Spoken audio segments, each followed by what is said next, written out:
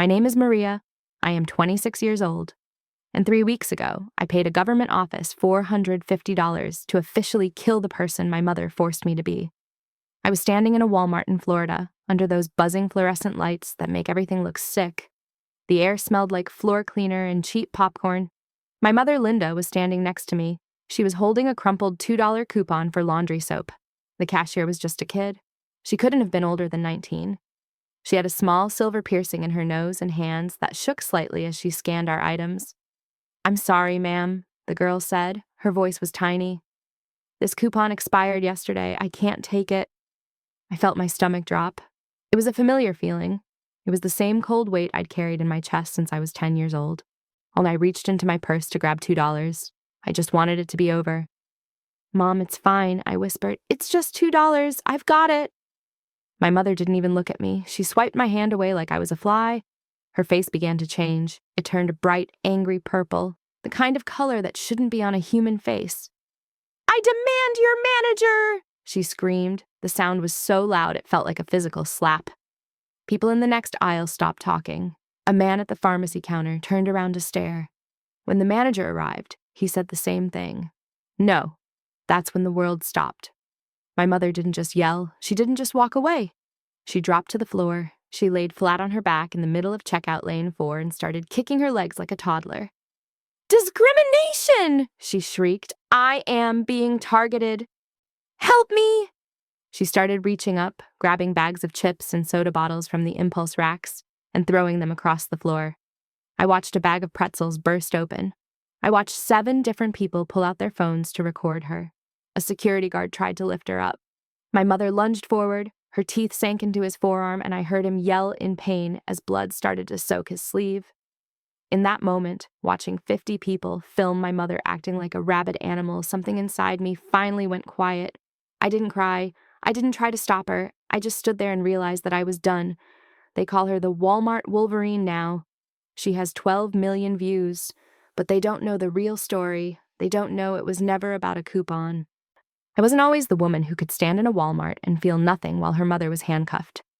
At 10 years old, I was just a kid who thought it was my job to keep the world from exploding.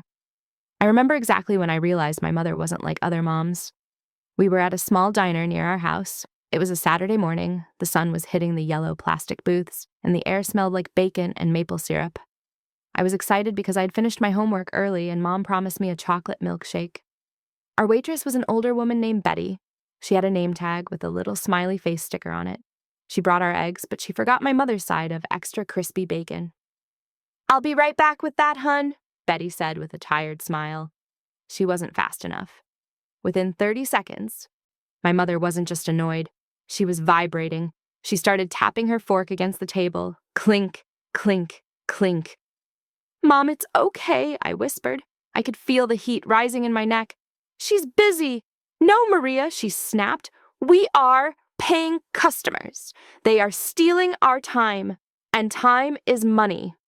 When Betty came back with the bacon, my mother didn't take the plate. She let out a sob. It was so sudden and so loud that the entire diner went silent. The man at the counter stopped mid-bite. "I can't believe this," my mother wailed. She put her face in her hands. "I work so hard. I bring my daughter here for a special treat, and we are treated like garbage. My food is cold. My morning is ruined." Betty looked terrified. "Oh, ma'am, I'm so sorry. I can get you a fresh plate." "No," my mother screamed, her voice cracking perfectly for dramatic effect. "I don't want more food. I want to know why you hate us." She kept it up for 10 minutes. She cried until her mascara ran down her face.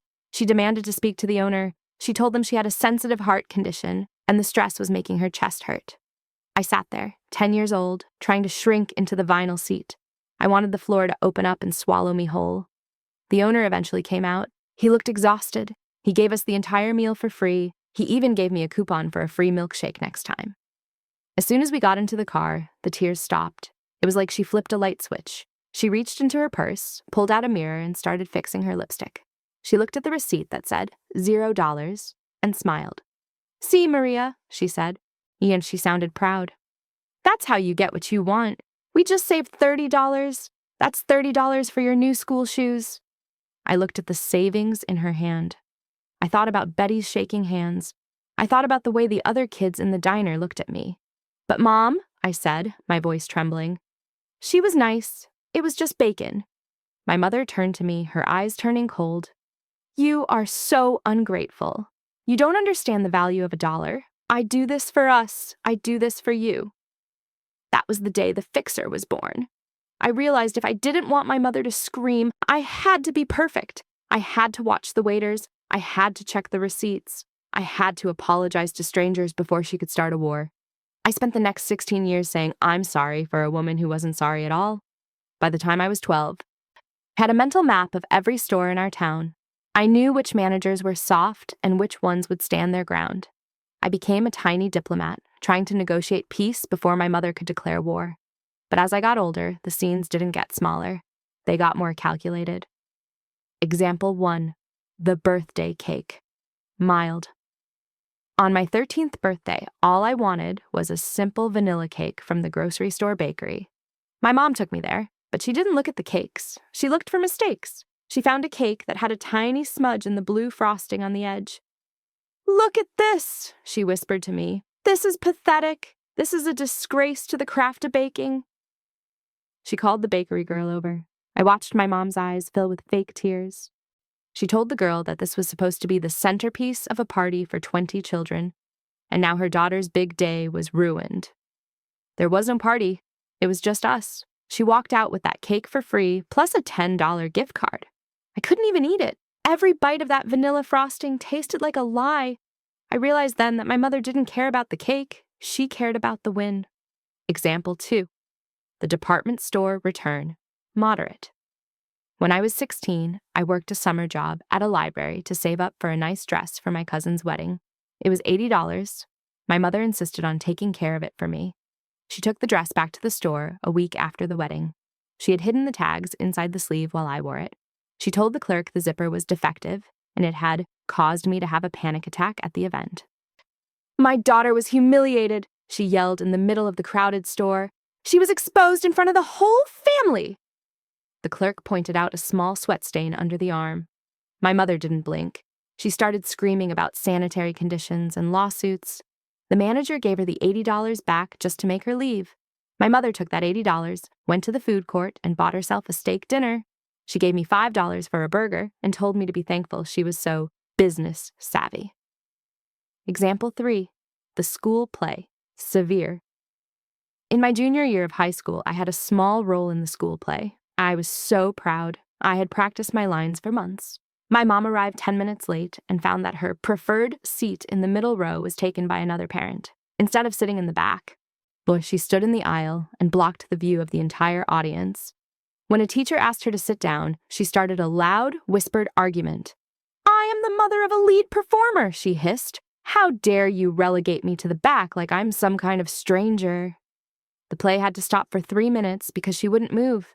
I stood on that stage, under the spotlight, and I saw my classmates whispering. I saw the principal walking toward her. My heart felt like it was being squeezed by a cold hand. I forgot my next 3 lines. When the play was over, she didn't tell me I did a good job. She complained that the school was disrespectful to parents and tried to get the principal to refund her $5 ticket. Example 4, the graduation upgrade. Severe. My college graduation was supposed to be my escape. While I had worked 3 jobs to pay for my own books, I had a 3.9 GPA. I was the first person in our family to get a degree. We checked into a hotel near the campus. My mother didn't like the view from the window. She told the front desk that the room smelled like mold and that it was aggravating her asthma. She started coughing, a loud, hacking, fake cough that she only used when she wanted something. "My daughter is a top graduate," she wheezed at the young man behind the desk. "She deserves a suite. If you don't move us, I will call the Board of Health right now. I have the number on speed dial." The hotel was fully booked, but they moved a regular guest just to shut her up. We got a penthouse suite. That night, I sat on the edge of the king-size bed and looked at the beautiful view of the city. I felt sick. I knew that somewhere in that hotel, someone else had been kicked out of their room because my mother was a better liar than they were. "Why can't you just be happy with what we have?" I asked her. She looked at me through the mirror while she brushed her hair. "Maria, the world is a giant pocket. If you don't reach in and grab what you want, someone else will. I'm just teaching you how to survive." Example 5. The job interview disaster. Crisis. The worst moment until the Walmart incident happened when I got my first real job interview at a law firm. I was 22. It was a huge opportunity. My mother insisted on driving me because my car was in the shop. When we got to the parking garage, the machine didn't give her a ticket. Instead of calling the attendant, she tried to drive under the arm. She hit it. It didn't break, but it made a loud noise. The parking attendant, a man in his 60s, came out to see what happened. My mother didn't apologize. She jumped out of the car and started screaming that the arm had assaulted her vehicle. "This is a trap," she yelled. "You're trying to scam me for insurance money." The office building was glass. Everyone inside could see. My potential boss was standing at the window of the second floor, looking down at the woman screaming at a parking attendant. I had to get out of the car and practically drag her back inside. I walked into that interview with my face bright red and my hands shaking so hard I couldn't hold my resume. I didn't get the job. The hiring manager told me they were looking for someone who could maintain a professional environment. I cried the whole way home. My mother just turned up the radio. "They were stuck up anyway," she said. "You're better off. Besides, that parking guy was a jerk. He looked at me funny." I realized then that she would never change. She wasn't just saving money. She was addicted to the power of making other people feel small. She was a bully who used victimhood as her armor, and I was the one who had to carry her shield. The air in the Walmart felt heavy, like the humidity was trapped inside the store. I was already exhausted. We had been running errands all morning, and at every stop, Linda had found something to complain about. But this, the laundry soap, felt different. It was the end of a very long rope. When the manager shook his head and said, "No, ma'am, I can't override the system for an expired coupon," the silence lasted for exactly 2 seconds. Then, the snap happened. I didn't hear a sound, but I felt it. It was like a glass vase shattering inside my brain. For 16 years, I had been the one to catch the pieces. I had been the one to apologize, to pay the difference, to pull her away. But as she inhaled to let out that first, piercing, discrimination scream, I felt my feet go heavy. My hands, which usually flew to my face in shame, just hung at my sides. My heart didn't race. My stomach didn't drop. Instead, a wave of ice-cold clarity washed over me. She dropped to the floor. Thud. Her back hit the linoleum. Her designer purse, bought with savings from 1,000 other scenes, spilled open. She began to thrash. Her expensive loafers kicked a display of barbecue chips, and I watched the yellow bags scatter like autumn leaves. "Help! They're attacking me!" she wailed at the ceiling fans. I looked down at her. Truly looked at her. I didn't see my mother. I saw a 50-year-old woman throwing a tantrum over $2 while a dozen strangers filmed her for the world to laugh at. My face went hot, then instantly cold. My chest felt tight, like a band of iron was breaking. "I am not this," I thought. "This is not my name. This is not my life." A security guard, a man with a tired face and a security patch peeling off his vest, leaned over to help her up. "Ma'am, please, you need to stand up or I'll have to call the police." Linda didn't stand. She lunged, like an animal in a cage. She grabbed his arm and bit. I heard the guard's sharp intake of breath. I saw the immediate red mark on his skin, through the gap in his sleeve. "She bit me!" he yelled, pulling back in shock. "She actually bit me!" The crowd gasped. I heard the frantic tapping of fingers on phone screens. I knew what was happening. I knew she was becoming a joke in real time. In the past, I would have begged the guard for mercy. I would have offered him money. I would have told him she was sick. But that night, the fixer died. I didn't move a muscle. I didn't say a word. I just watched as the police officers, who seemed to appear out of the floorboards, clicked the handcuffs around her wrists. "Maria, tell them!" she screamed as they led her away. "Tell them what they did to me!" I looked her right in the eyes. For the first time in my life, I didn't blink. I didn't look away. "I didn't see them do anything, Linda," I said. My voice was a whisper, but it felt like a roar. I didn't wait for her reaction. I turned around, walked past the sea of cameras, and stepped out into the Florida heat. I didn't look back once. I didn't go to the police station. I didn't call a bondsman. I drove to a park, sat in my car with the windows down, and listened to the crickets.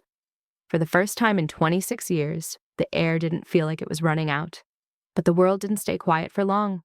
By the time I woke up the next morning, my phone was vibrating so hard it vibrated right off my nightstand.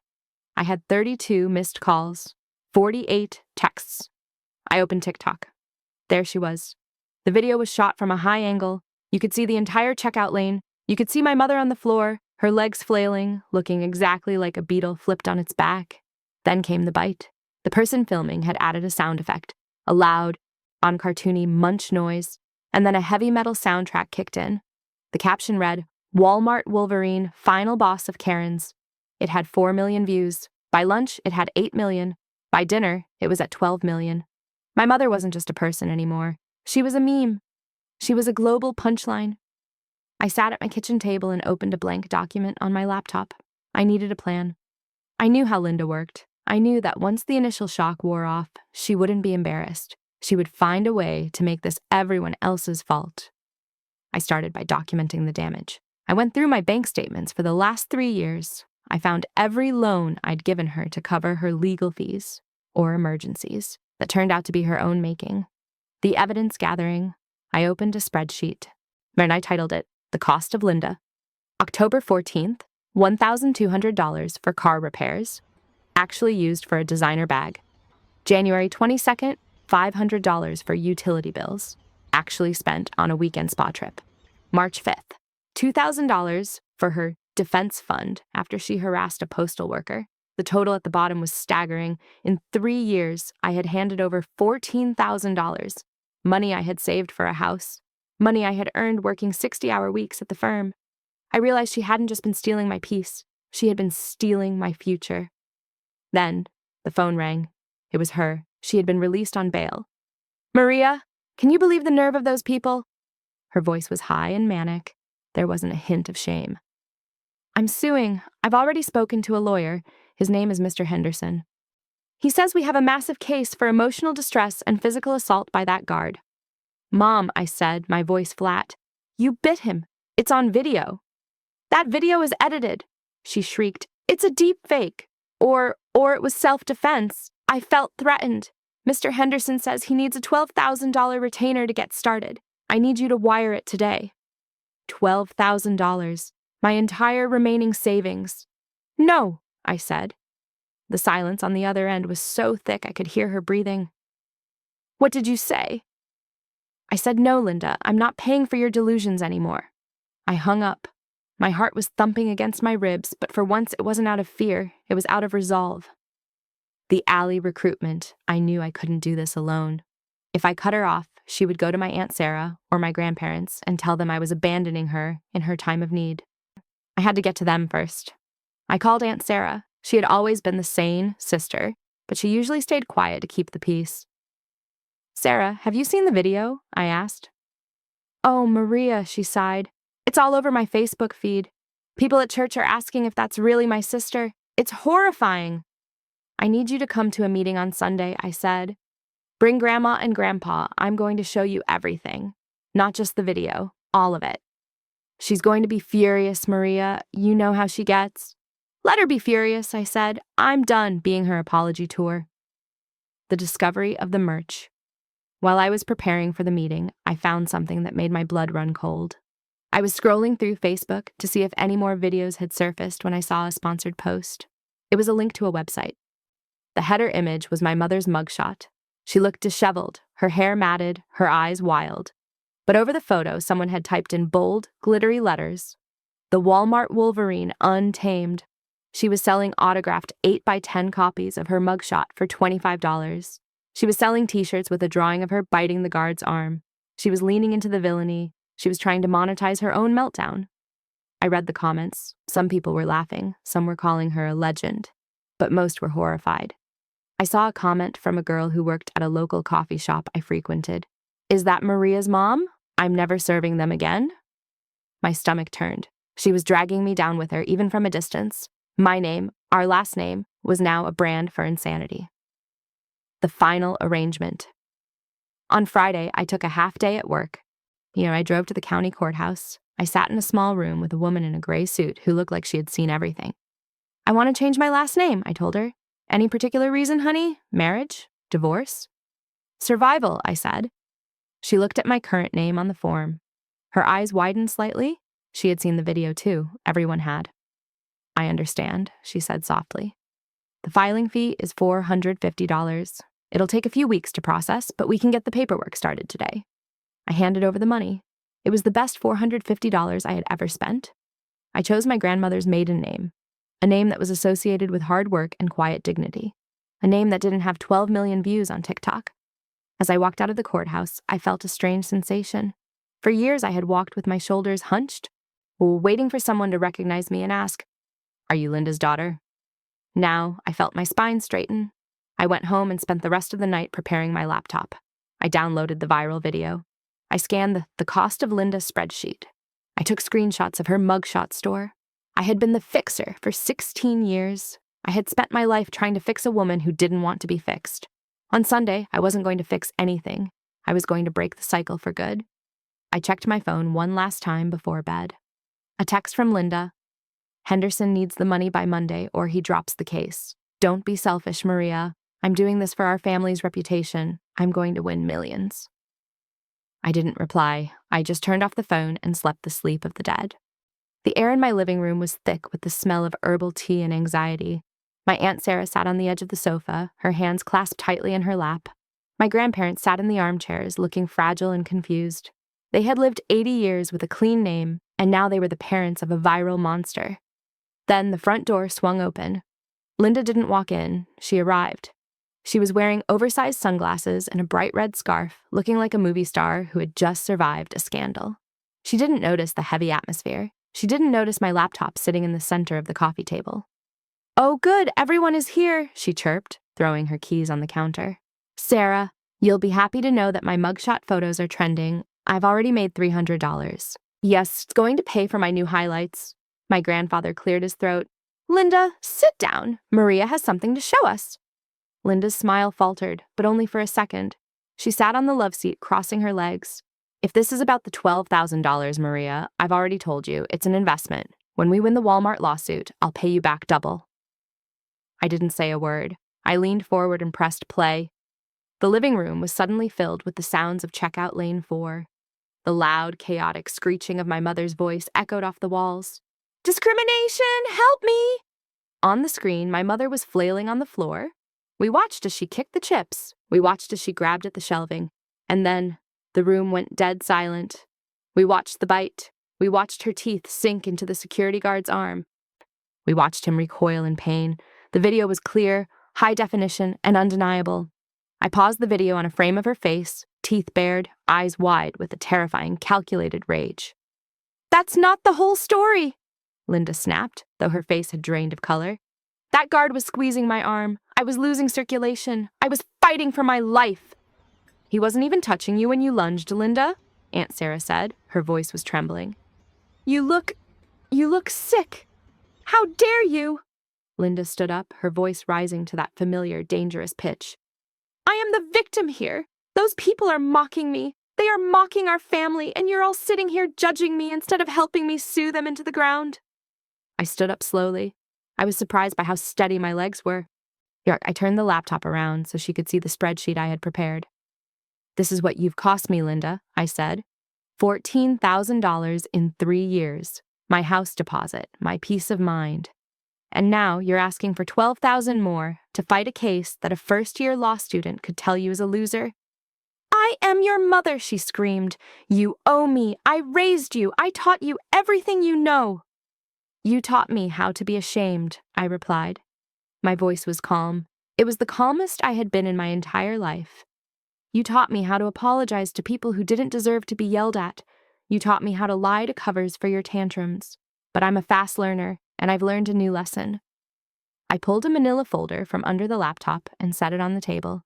I slid it toward her. "What is this?" she hissed, was snatching it up. "It's my name change petition," I said. "As of next month, I am no longer a Miller. I am a Ross. I'm taking Grandma's name. I'm stripping myself of any legal or social connection to the Walmart Wolverine." The room went so quiet I could hear the clock ticking in the kitchen. Linda's jaw dropped. The folder shook in her hands. You're disowning me," she whispered. "No," I said. "I'm protecting myself. There's a difference." "You can't do this. You're my daughter. You're the only one who takes care of things." She turned to my grandparents, her eyes filling with those practiced fake tears. Mom, Dad, tell her she's being cruel. Tell her she's abandoning her own mother. My grandmother, who hadn't spoken the entire time, looked at Linda with a sadness that felt heavier than any scream. Linda, she said softly, Maria has been your mother since she was 10 years old. It's time you let her be a woman, and it's time you face what you've become. Linda looked around the room. She looked at the video still frozen on the screen. She looked at her sister's disgusted face and her parents' disappointment. For a split second, I thought I saw a flash of real realization in her eyes. I thought maybe, just maybe, the weight of the truth would finally break her. But narcissism is a sturdy shield. The realization vanished, replaced by a cold, sharp sneer. She tossed the folder back onto the table. Fine, she spat. Go, change your name. Be a Ross. See if I care. I don't need any of you. My fans understand me. People online see the truth. When I'm a millionaire from this lawsuit, don't you dare come crawling back to me for a cent. She grabbed her designer purse and marched toward the door. She stopped at the threshold, looking back at me with pure venom. You were always a boring, ungrateful little girl, Maria. You never had the stomach for what it takes to be someone. She slammed the door so hard the pictures on the wall rattled. I sat back down. My heart was finally racing, but it wasn't fear. It was the adrenaline of a prisoner who had just watched the cell door swing open. Is she gone? My grandfather asked quietly. Yes, Grandpa, I said, reaching out to take his hand. She's gone, and for the first time in 26 years, I don't have to go after her. The first night after the confrontation was the quietest night of my life. I sat on my balcony with a cup of tea, watching the sunset over the Florida skyline. For years, every time my phone buzzed, my heart would jump into my throat. I would think, what did she do now? Who do I have to apologize to? How much is this going to cost? That night, my phone buzzed. I didn't reach for it. I didn't even look. I just let it vibrate until it stopped. The immediate aftermath was messy, but not for me. 3 weeks after the family meeting, Linda's lawsuit against Walmart was laughed out of court. The judge didn't just dismiss it. He called it an egregious waste of the court's time and resources. Because she had signed a contract with Mr. Henderson that guaranteed him his fee, regardless of the outcome. She was on the hook for the full $12,000. She didn't have it. I wasn't there to give it to her.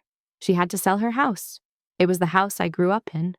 It was the house where I'd spent hundreds of hours scrubbing floors and preparing meals while she was out winning battles against grocery store clerks. Watching the for sale sign go up should have made me sad. Instead, it felt like a heavy anchor was being lifted from the bottom of the ocean. The fallout. The family stayed strong. Aunt Sarah took my grandparents in for a few weeks to shield them from the phone calls. Linda tried every trick in the book. She sent guilt trip texts. She left voicemails of her coughing and claiming her heart was failing. She even posted a video on her fan page, crying about how her ungrateful daughter had stolen her savings and left her homeless. I didn't defend myself. I didn't post a rebuttal. I simply blocked her. And some of her fans, the strangers who enjoyed the chaos of the Walmart Wolverine, sent me nasty messages for a few days. They called me a bad daughter. They told me I didn't deserve a mother like her. I deleted the messages without reading them. These people didn't know the smell of the diner where Betty the waitress cried. They didn't know the weight of the tag-filled dresses or the $14,000 of stolen dreams. Eventually, the internet moved on. That's the thing about viral fame. It's a fire that burns hot and fast until there's nothing left but ash. Within 2 months, the Walmart Wolverine was old news. The merch stopped selling. The autographed mugshots were being mocked in the comments. My new life 6 months have passed since I walked out of that Walmart. Today, I live in a different city. It's only 2 hours away, but it feels like a different planet. I have a new job at a small, quiet firm where people value professional environments for all the right reasons. My desk is clean, my coworkers are kind, but the biggest change is my name. When I go to a restaurant now and the waiter is slow, I don't feel the phantom heat in my face. I don't look at the manager with fear. When the person at the front desk says, "Ms. Ross, your table is ready," I smile, because that name belongs to me. It belongs to the grandmother who taught me how to bake without lying about the frosting. It belongs to a woman who is at peace. Linda lives in a tiny studio apartment now. She's still on social media, trying to recapture the fame of that one afternoon in Florida. She posts videos of herself complaining about the bus driver or the price of eggs. But nobody's watching anymore. She's just a lonely woman in a small room, still trying to convince the world she's a victim, while she's the only one holding the knife. I haven't spoken to her in half a year. Sometimes I wonder if she'll ever have a moment of true clarity.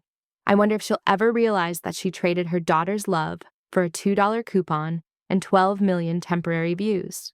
But I don't wonder for long, because I've realized that her clarity isn't my responsibility. My only responsibility is to the woman I am becoming, the one who doesn't have to fix anything that isn't broken. Final reflection. People always think revenge is a loud thing.